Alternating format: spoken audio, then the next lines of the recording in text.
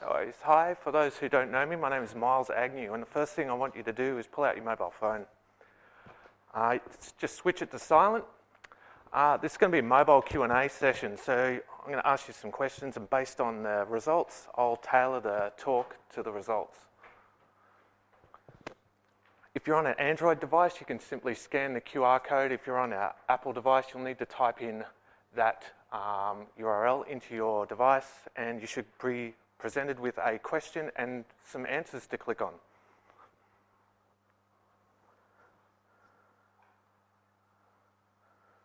So I can see there's half a dozen devices on there already.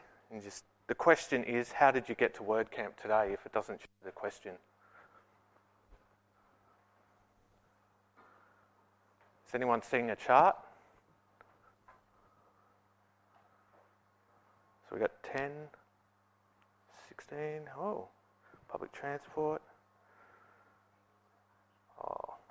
I'll send the chart to your devices so you can see the results on your devices. Is that correct? You all can see? For those who aren't participating, around about 40% walked, it's changing quite rapidly.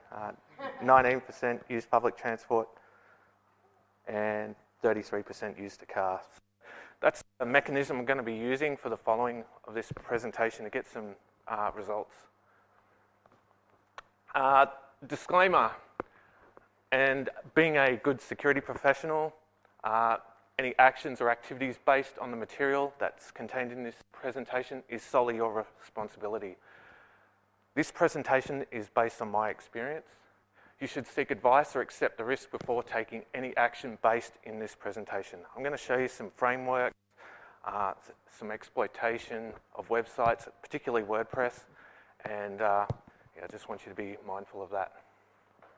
So if you need to contact me, I've got my website, I'm on Twitter, and that's my email address.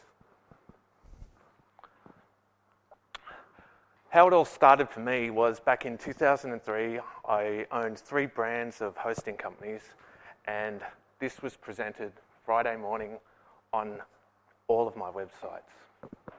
So this is a Brazilian hacking crew. They found an exploit in my Apache, and they populated this across all of them and deleted all the backups from the server, all the config, everything.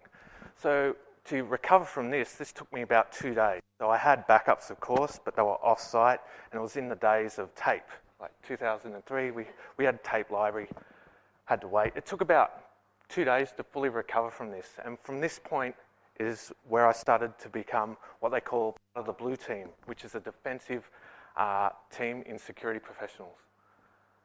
So the red team's the offensive, so they're the ones that, develop scripts to exploit stuff, and the blue team are the guys like me who do IDS, IPS, which is intrusion detection system, and intrusion prevention system, firewalls, and as such. So my next question, I'm just going to pop it up now.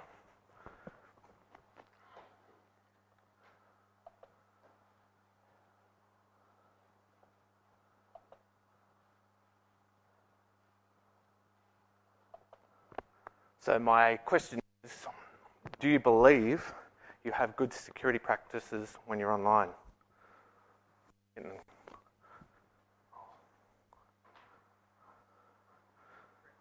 It's moving quite rapidly between yes and no, yes and no. I wanted to keep the answers fairly simple so you could really see. I'll send the chart to you guys. This is where we're at the moment with WordPress. WordPress commands 28% usage of the internet. That's total websites, and the market share is 59.2% of CMS, which is content management systems, and these are all the platforms that are covered. I've provided the source details. So you can see we're growing. WordPress, by my estimates, by the end of the year should hit close to 30% and will have a 60% market share. What does that mean for security? So here's the breakdown in versions. Now I know from version 4.74 and backwards, there's a major exploit that can be taken advantage to control your WordPress install. So based on that, 74 million websites, out of which 5.2 million are exploitable right now. The largest hack was 1.5 million, and it was February this year. And they weren't even trying. And the reason why I say that is because it was quite easily to get the full 7%. The issue is the resources. Now, if anyone knows how to deploy like a command and control system, so you've got to have a server and it deploys the malware or the controlling apps to all the little WordPress installs. For most systems, you could get around 2,500.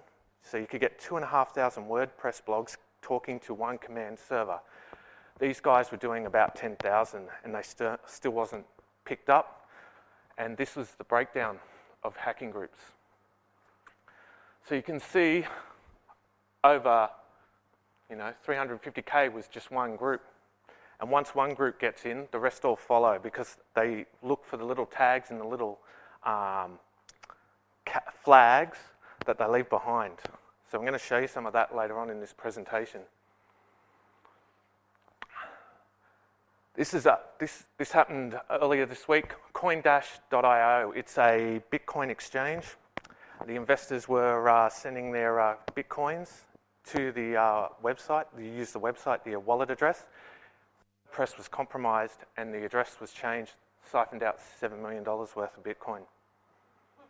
So you think that your little WordPress site has no impact on the world other than buying and selling goods. It has other capabilities that you might not be aware of. So I'm going to hit question 2.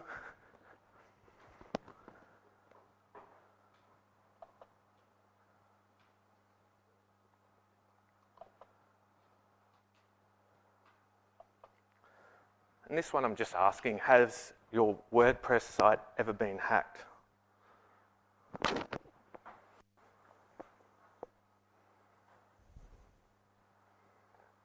It's fairly even, 50-50 sort of result.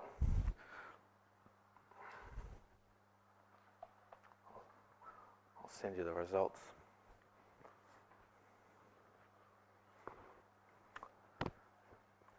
I'm going to show you how they do it. You've seen the presentations on the framework of developing WordPress. I'm going to show you the framework of how to exploit WordPress. These are the two main Linux distributions, Kali, which used to be called Backchat, and Parrot. These distributions have software that does Wi-Fi, database exploitation, Apache exploitation. These systems or these packages enable the hackers to basically load up a program, point it at a URL, and start pulling data from it.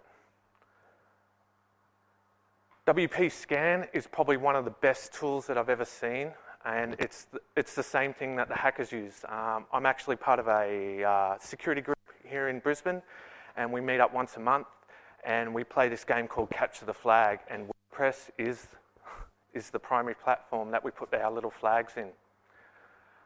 The idea of the game is to capture as many flags as possible, and the team that has the most flags wins.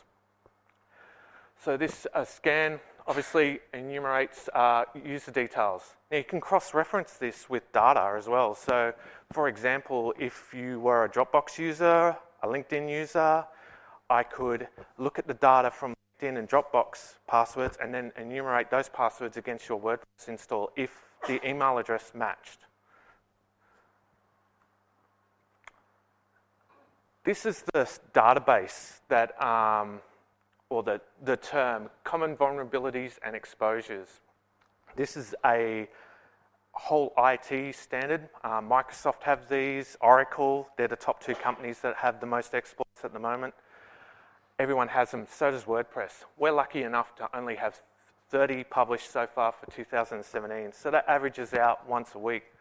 So from a WordPress perspective, you want to be at least patching once a week. Now this is the framework. This is a product called Metasploit. It's made by a company called Rapid7. This is the community edition, but you can also notice that you can get a free Exploit Pro trial as part of the software offering. What this does is takes the CVE and then has some exploit code, which could be Python, Ruby, runs a custom script and confirms that, yes, this thing's vulnerable for that particular code. It also has payloads, so you can make it drop shells, which are basically backdoors, remote access to your WordPress blog. I'm going to show you some how the hackers do it. So this is a .com.au, and it's listed right now. They don't even know that this file is on their website. So this is what we call a secret defacement, and they've just simply uploaded a little wolf.gif image. This is a public defacement. There's a whole database of these, so you can't get away with it. Once your site's hacked, there's a database. The hackers share it on a database. Absolutely, and I'll show you at the end of the presentation on how to do that. Malware. Now, the reason why I blocked out the malware is obviously I don't want you to go to that site and get malware. Phishing, PayPal, banks, Australia Post. You know, you get those emails, you click on the link, it looks all legit, hang on. It's not legit. CryptoLock, this is very, very new. This is a sample message. This is a South Korea web hosting company that was CryptoLocked. See, it happens to web hosts now. It's now, you thought it was just home users, it's now hitting the enterprise. So what they offered were, and the hosting company actually paid the amount. They paid them 550 Bitcoin. So that's a considerable amount of money.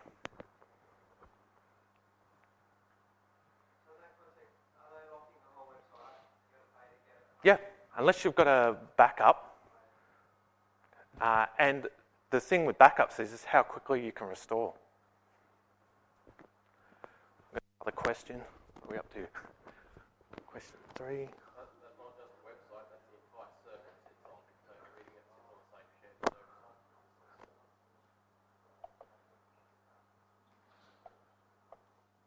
So my question here is, do you use HTTPS or SSL on your website?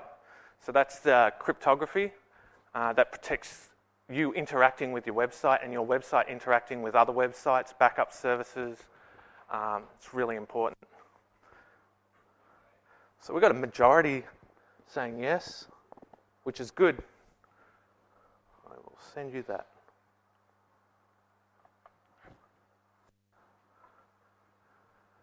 So I'm going to talk about my top 5 strategies to mitigate cyber intrusions.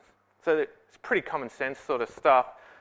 Secure WordPress, backup, daily vulnerability scans and patching. I actually do it daily. Restrict users and use two-factor authentication, especially if you're in an e-commerce platform. Virus and malware scanning. So I'm going to start with securing WordPress. Obviously enforce HTTPS, which is pretty much mandatory. How many people are using FTP at the moment? Yeah, still a few. Should be losing FTP because it's clear text. So, for example, if you accessed your FTP server from here, you're transmitting your username and password as clear text.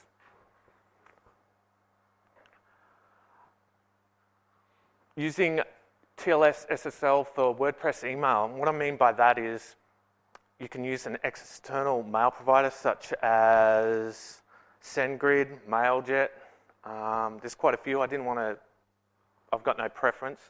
And you can simply use that by downloading a plugin in WordPress and making it use that as your external mail gateway. And that will prevent those sort of backdoor attacks where they try and get your username and password and these sort of intercept stuff. So using a secure method of sending email is really important.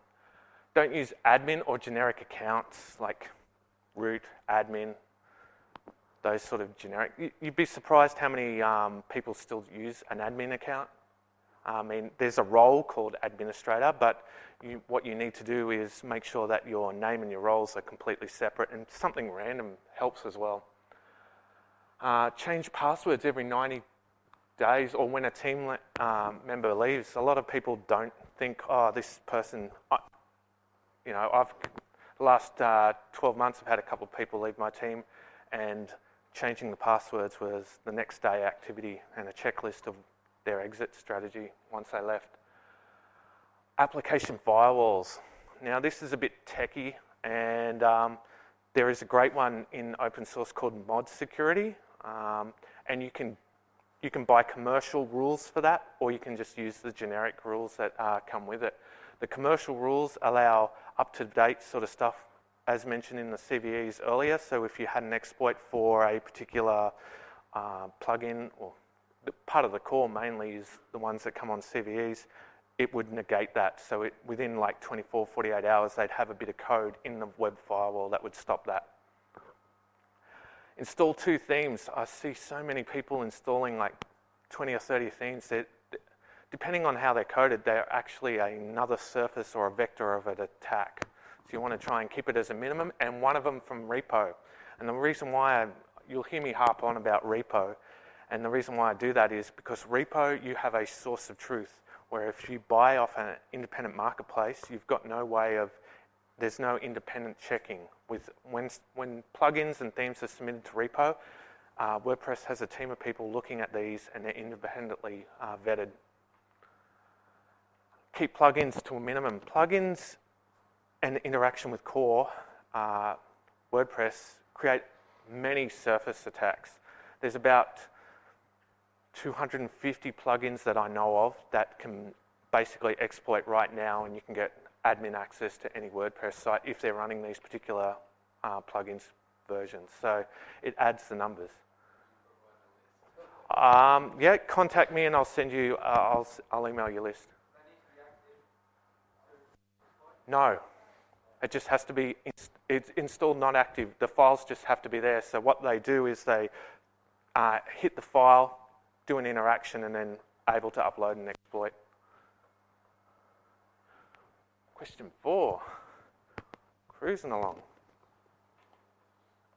I'm going to open up for questions and answers at the end, whatever you want to ask. So this question is, how often do you back up your WordPress site? My advice is, if you only post to it once a week, back it up once a week. You can, if you've got storage like Dropbox, Google Drive, you normally get like a few gig free. You could probably back up to that, and you should be able to keep like 4 or 5 weeks, depending on how big your website is. So we've got some hourly. If you're doing e-commerce, hourly is the best way, because you've got to obviously roll back with transactions and stuff. So yeah, hourly is really good. So we got, yeah, good coverage. Only a small % that never back up, which is awesome. I'll send the results to you guys. You can have a look.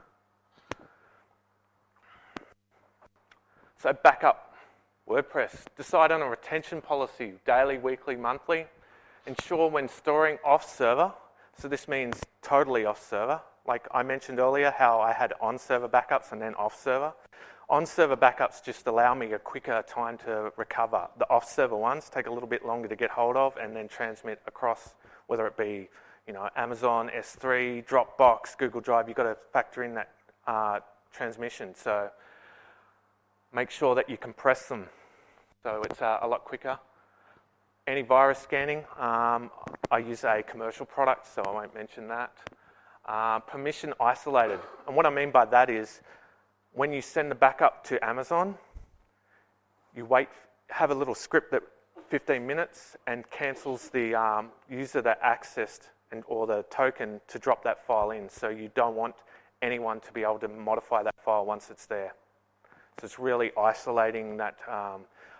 A lot of backup systems, if you're using some of the commercial ones, will do that. But if you're just using the ones that are provided with your hosting service, you need to make a little script or go to GitHub and you'll find one that will do that. Test backup. There's so many people I know that don't test their backups. At least monthly or quarterly is probably the best option for that. Got another question.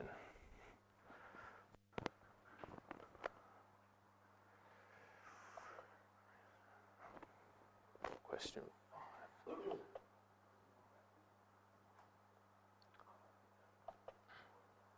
So this is about the WordPress version. So as I mentioned earlier, I know that version 4.74 and below has an excellent exploit.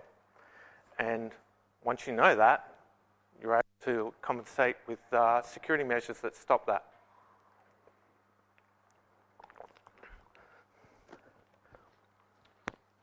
So we've got roughly about 60% on 4.8, which is the current.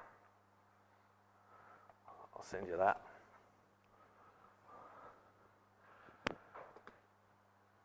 This is the bane of all IT security professionals. Daily vulnerability scans and patching. People just don't get it. It's really important. A lot of people put in change freezes because they're doing, a blog update, or they're doing some sort of marketing campaign with Facebook, Google Ads. It's really important to make sure that you get patching done at a time where your website's at its lowest load. So I use Patchman. It's a service where you can connect all your servers in, and it presents a dash, and it tells you all the accounts and all the software installed under those accounts and what vulnerabilities they have. You can get 3 free servers out of it, and it'll show you like the top 5 vulnerabilities, and then after that you've got to pay. Managing WordPress, I use Manage WP or Infinite WP to update all the core and plugins. So I do that daily, run that as an automated job, have a report, and at the end of the day you can see where you're at with your blogs. WP scan, so you can see that I use different technologies to get a result to verify that the CVEs aren't there. I use them also to look at server configuration, like directories that are available and you can list and all that sort of stuff. And WordFence for file changes and uploads. So if someone uploads a particular file and it modifies a plugin or a theme, WordFence will generate an alert. Cool.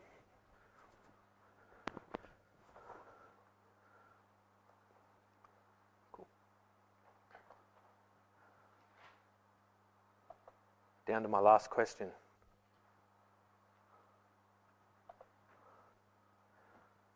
It's about credit cards. Everyone loves credit cards. So do the hackers.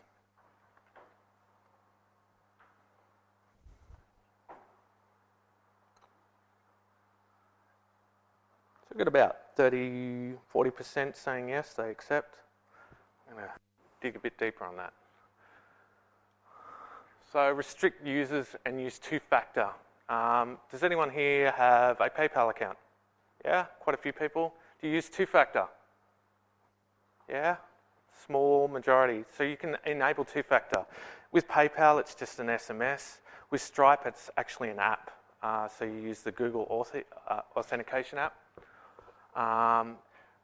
If you're an app developer, come talk to me. I'll show you an open source platform called Fido that you can use to help secure your application. Least privilege principle. That means you don't give every user admin rights. So if you've got someone that just contributes articles, you put them as a contributor. Cool. So this is what I use for virus and malware detection. Linux malware detection, and that can pass off hash files to ClamAV. So these are free open source. I also have a commercial antivirus on the backups, but this is what I use on server.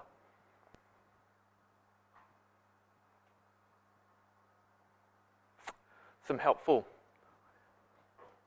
hacked websites history, zone-h.org. So you can type in a URL and see, I think it goes back to like 1999. Hack credentials, so when I was talking about LinkedIn, Dropbox, they're in there. Just type your email address in and it'll say, hey, we've noticed your credentials on this site. Ashley Madison, a few other websites are on there as well. As far as hardening WordPress, that's the guide that I would recommend. security response, a lot of people don't know this stuff, but these are the guys or the agencies that can really help you out when things turn bad. So check out their websites. All of them provide like notification services such as the CVE, just to tell you that there's exploits available. If you have an incident and it's in Australia and on Australian equipment, report it. It helps. So I'm going to open up for questions. Yep.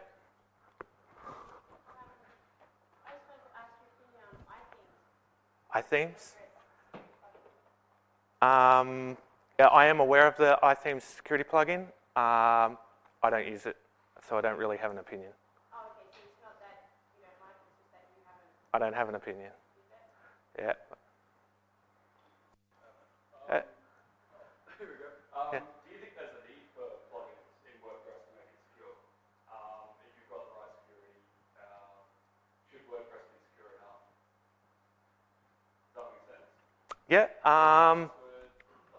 If you've got other compensating measures such as log retention and log filtering, yeah, absolutely. Yeah, absolutely. Yeah, that should be fine.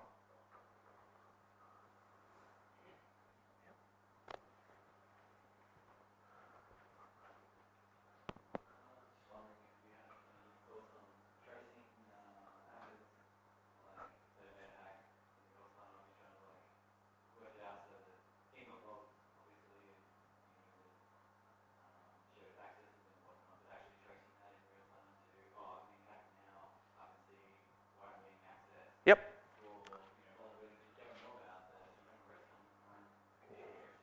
Cool. That's a product called a seam, and most small businesses wouldn't have the budget for that. It's a real-time monitoring system, so what it does is collect the logs in real time, and it can generate, actually a lot of the seams have machine learning now, so they can say, oh, this IP has traversed this network and has dropped this file. That sort of technology is out there, but it's seven figures, way beyond the what we have. The best advice I can give you is have all your logs shipped off the server. So have a job running every hour, picking up the logs and moving it into a secure location, and then using a log tool to go through it. But at real time, you're not going to get that. Yep. Hey, Ben. Hi. My question is around, say, 4.8 right now. Yep. Well, I've seen in the past where 4.8 comes out or whatever, it's a small bug, issue, security-wise. Yep. Quite like the widget vulnerability right now. Yep. And so, been in a situation where we're at 4.75. Yep. And then wait until we get to 4.81. Do you have any comments on that? If you're using a web application firewall and having compensating controls, yeah, most of this stuff won't happen to you if you follow exactly majority of what I said. You're going to be one of the top 5% that are not going to have any issues. And if you use WordPress.com as a hosted service, it's covered. They automatically do all this for you. They update. And you could use a managed provider such as the sponsors here today. Yep. Yep. Yep.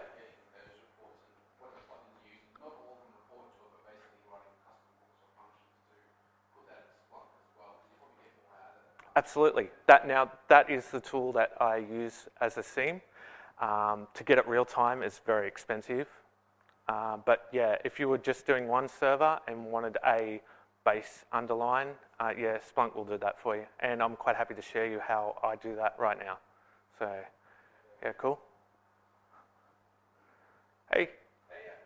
I know it's very easy to say, don't give users... Absolutely. Yep.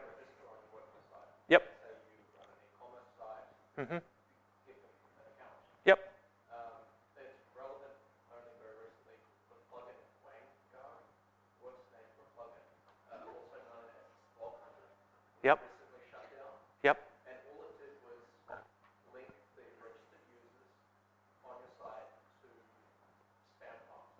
Mm-hmm. and you let you deliver. Yep. Deliver.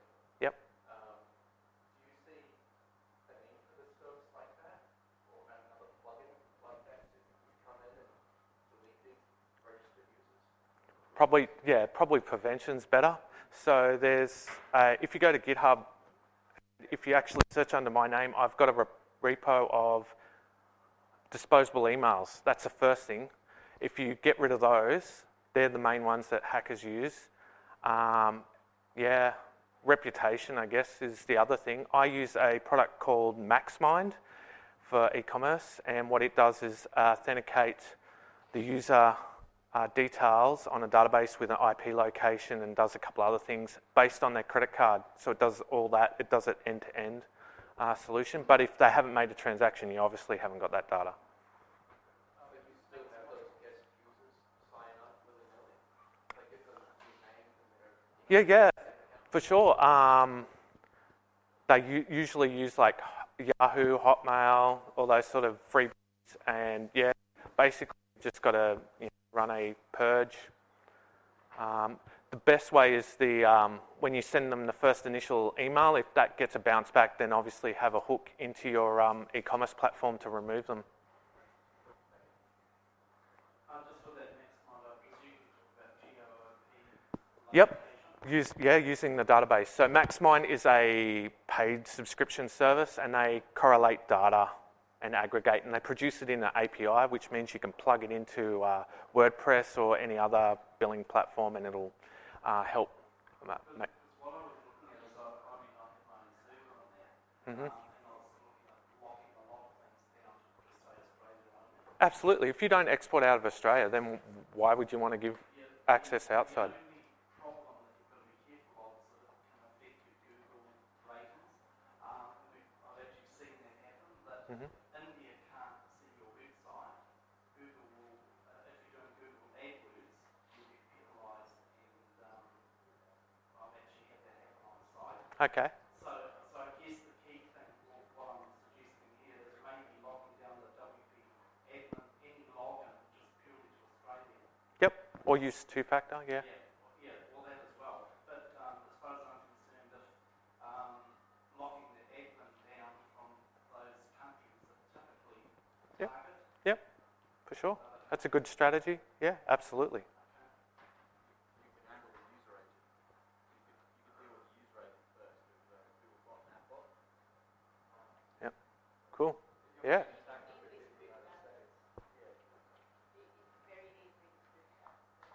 Yep. Is that it?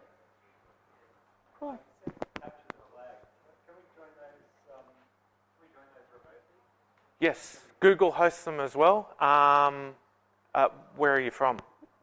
Gold Coast? Yeah, absolutely. Yep. Shoot me an email. Talk to me at tonight's event. I'll let you know. QUT also do them as well. No questions? Cool. Arky. I probably don't need a microphone, to be honest. I'm quite loud.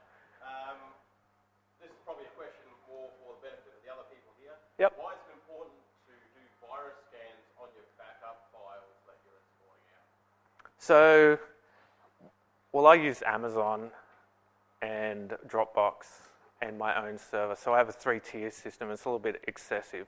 But what you want to do is make sure you're not sending backups to your, not sending viruses to your backups, because there's nothing worse than restoring a virus. And it also protects the integrity. So that little thing that I was saying where you turn off the privileges on the backup so they can't be rewritten over the top of, that's to stop CryptoLocker and other accesses to that. So the only way they could get it is read it, and and I separate it by 2 different users. So much like accounts have accounts payable and accounts receivable, I have a backup writable and a backup readable. So the readable is obviously the restore, and the writable is the backup. Cool. Testing your backups. Yep. How do you actually test them? So I have a development server, and I just deploy on that. So I restore the accounts on that, and then just use a host file put all the domain names in the host file and check that way. So I probably test, I've got quite a few domains. I've got about 212. I probably test 20 or 30 every month. So I don't do the whole lot. But yeah, I get a report every day saying all these sites backed up or this site failed. If it's failed, I actually go back and manually run it. I could. I just haven't got around to it. Yep.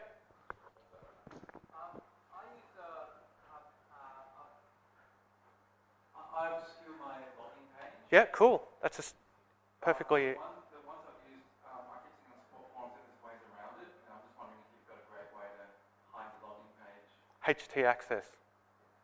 You can put another password or a totally different way of authenticating on that, and that's done from the server level. Yeah. How do I learn to do that? Yeah. Shoot me an email. I've got a whole book about it. Yeah. How are we doing for time?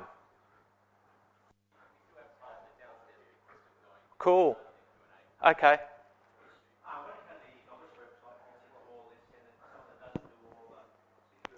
Yep.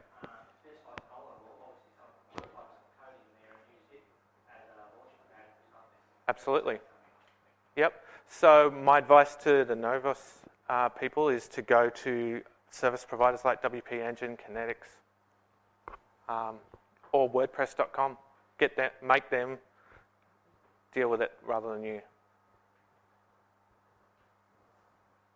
Cool.